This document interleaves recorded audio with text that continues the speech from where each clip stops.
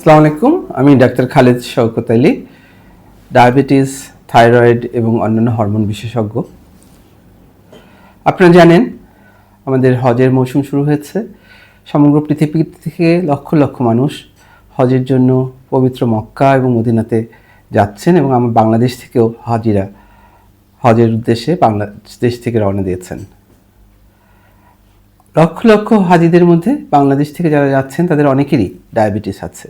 আমি আজকে কথা বলবো ডায়াবেটিস রোগীরা যারা হজে যাচ্ছেন তারা কি কি সমস্যায় পড়তে পারেন এবং সেখানে কি করা যেতে পারে। প্রথমত আমরা বাংলাদেশ থেকে যখন যাই আপনারা একটা পরিবেশটাই সম্পূর্ণ পরিবর্তন হয়ে যায়। আপনারা জানেন যে ডায়াবেটিসের জন্য যা কিছু প্রয়োজন, খাদ্যাভ্যাস, হাঁটা এবং নিয়মিত ওষুধ নেওয়া, সব ক্ষেত্রেই হাজিদের সেখানে একটি প্রতিকূল পরিবেশের মধ্যে দিয়ে যেতে হয়।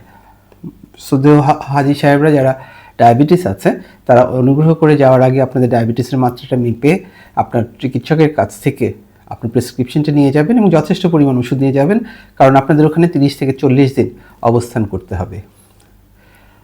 প্রচণ্ড গরমের মধ্যে থাকতে হয়। এখন আজকে সৌদি আরবে মক্কা শহরে তাপমাত্রা 40 ডিগ্রি সেন্টিগ্রেড। আজকে আপনারা জানেন সেখানে একসাথে অনেক মানুষ এক জায়গায় থাকেন, অনেকখানি পথ আপনাদের হাঁটতে হবে এবং হাঁটার সময় অনেক সময় খালি পায়ে হাঁটতে হয়।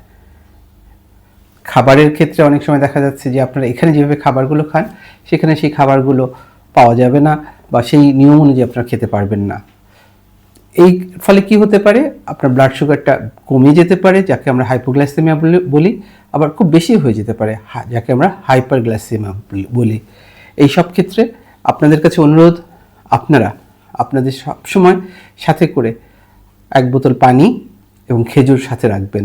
যদি কখনো মনে হচ্ছে আপনার ব্লাড সুগার কমে যাচ্ছে, খেজুর সৌদি আরবে সহজলভ্য পাওয়া যায় এবং পানিতে অবশ্যই বিশেষ করে জমজমের পানি আপনারা পাবেন।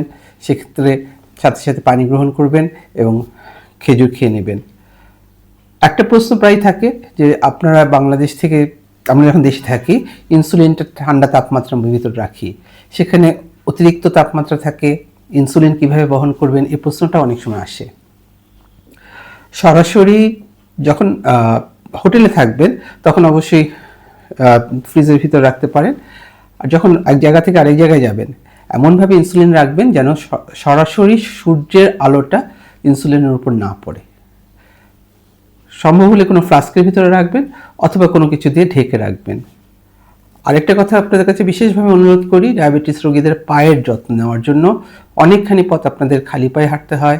সেক্ষেত্রে প্রতিদিন অন্তত একবার হলেও আপনাদের পায়ের দিকে খেয়াল রাখবেন, পায়ে কোনো ঘা হয়েছে কিনা, লাল লাল হয়েছে কিনা, ফোস্কা পড়েছে কিনা।